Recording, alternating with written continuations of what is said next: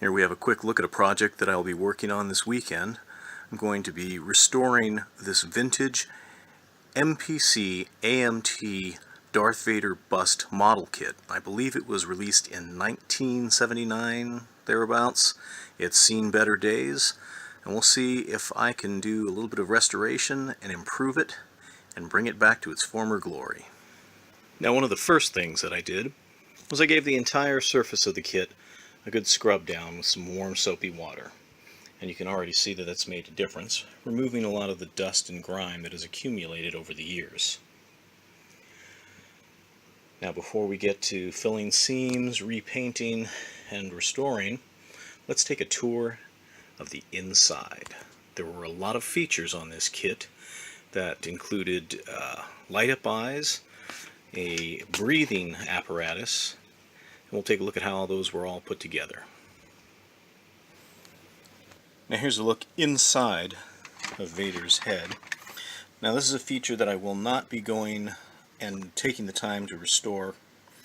I'll leave it in here just for history's sake, but here's the bulb that lit Vader's eyes from within.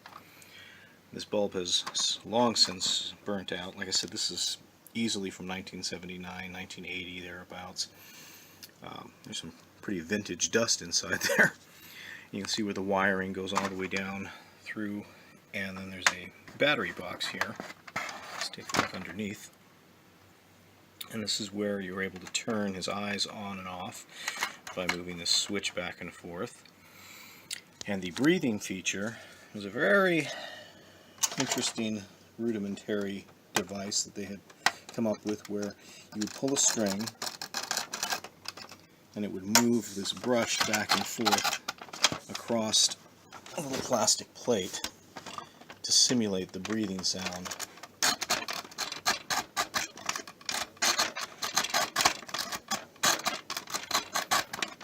Yeah, I know, that does not sound like Darth Vader breathing.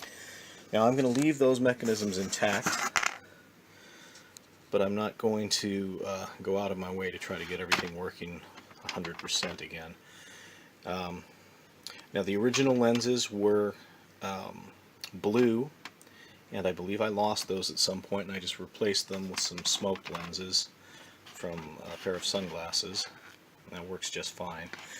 But I will be trying to leave this kit for the most part intact the way it was out of the factory, but mostly just doing a much better build, filling seams and giving it a high quality paint job.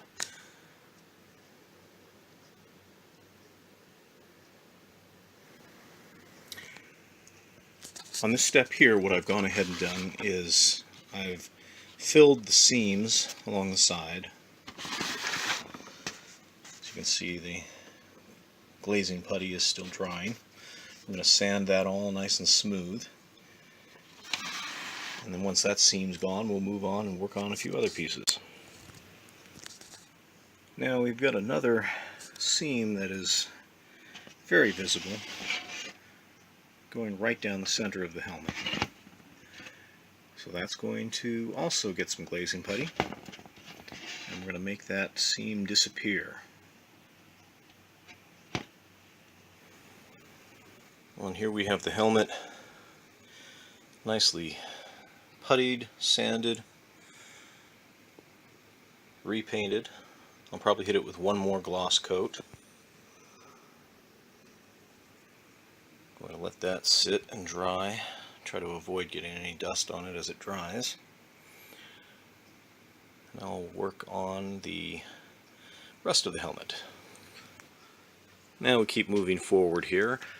You'll see that I've already gone ahead and done the two-tone on the armor plates there, and started to mask off for the two-tone paint job that will go onto the faceplate.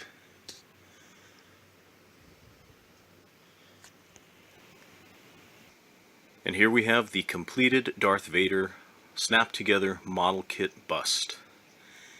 All the seams have been filled. It's been completely repainted. Given it a nice crystal clear acrylic gloss coat on all the shiny parts. A matte finish to the cape and robes. All in all, I am very happy with how this turned out.